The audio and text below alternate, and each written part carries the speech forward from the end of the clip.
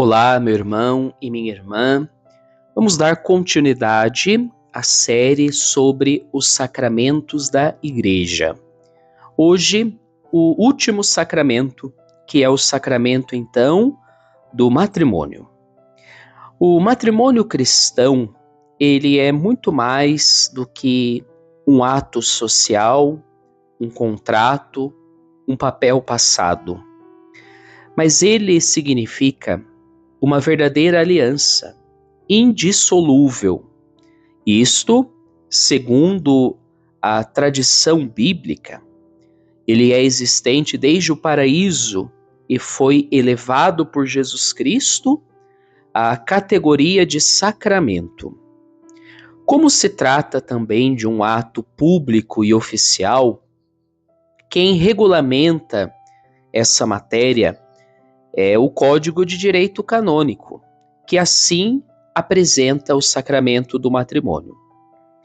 A aliança matrimonial, pela qual o homem e a mulher constituem entre si uma comunhão de vida, ela é ordenada por sua índole natural ao bem dos cônjuges e à geração e educação da prole, e foi elevada entre os batizados à dignidade de sacramento por Jesus Cristo.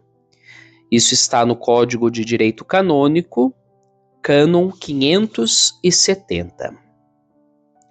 Olhando para a história, nós podemos perceber que todos os povos, por mais primitivos que sejam, eles encontraram uma prática matrimonial, um ritual.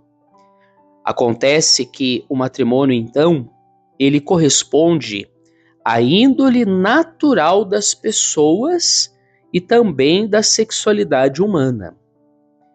Já o primeiro livro da Bíblia nos diz que o homem foi criado à imagem e semelhança de Deus.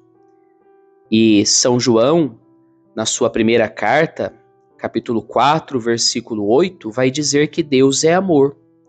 Portanto, se Deus é amor e a sua criatura, homem e mulher, são imagem de Deus, é natural que esse amor, um pelo outro, se torne a imagem do amor de Deus pelos homens.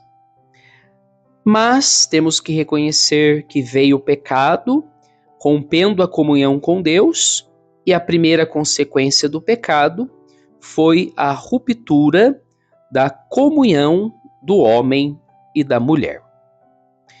Olhando agora o matrimônio do ponto de vista cristão, é interessante observar que Jesus ele realizou o seu primeiro milagre justamente numa festa de casamento, as bodas de Caná. E a igreja, ela atribui um grande significado a esse fato, a esse milagre. Ela vê nisso a confirmação de que o casamento, ele é uma realidade boa. E o anúncio de que daí em diante, o casamento será um sinal eficaz da presença de Cristo. Está muito claro que a união do homem e da mulher, ela é indissolúvel. Está no Evangelho de São Mateus, capítulo 19, versículo 6. O que Deus uniu, o homem não pode separar. O matrimônio indissolúvel pressupõe a graça de Deus. O matrimônio cristão, ele é também um sinal eficaz. É o sacramento da aliança de Cristo com a sua igreja, E este sacramento, como todos os outros que nós aqui aprofundamos, ele traz também efeitos para a nossa vida. Quais são os efeitos? O primeiro efeito é a força trazida pelo próprio Cristo, que é concedida ao casal para dar-lhes condição de levar a cruz, de levantar-se após as quedas, de perdoar-se mutuamente e de amar de verdade um ao outro. O sacramento do matrimônio também, ele apresenta algumas exigências. A primeira exigência é justamente a fidelidade ao amor conjugal. Ele não admite um amor parcelado ou infiel. E, finalmente, a segunda exigência são os filhos. O amor matrimonial está, por sua natureza, ordenado à criação. Por isso também o ato da criação do homem e da mulher, ele vem complementado com a ordem divina. Crescei e multiplicai-vos e enchei a terra.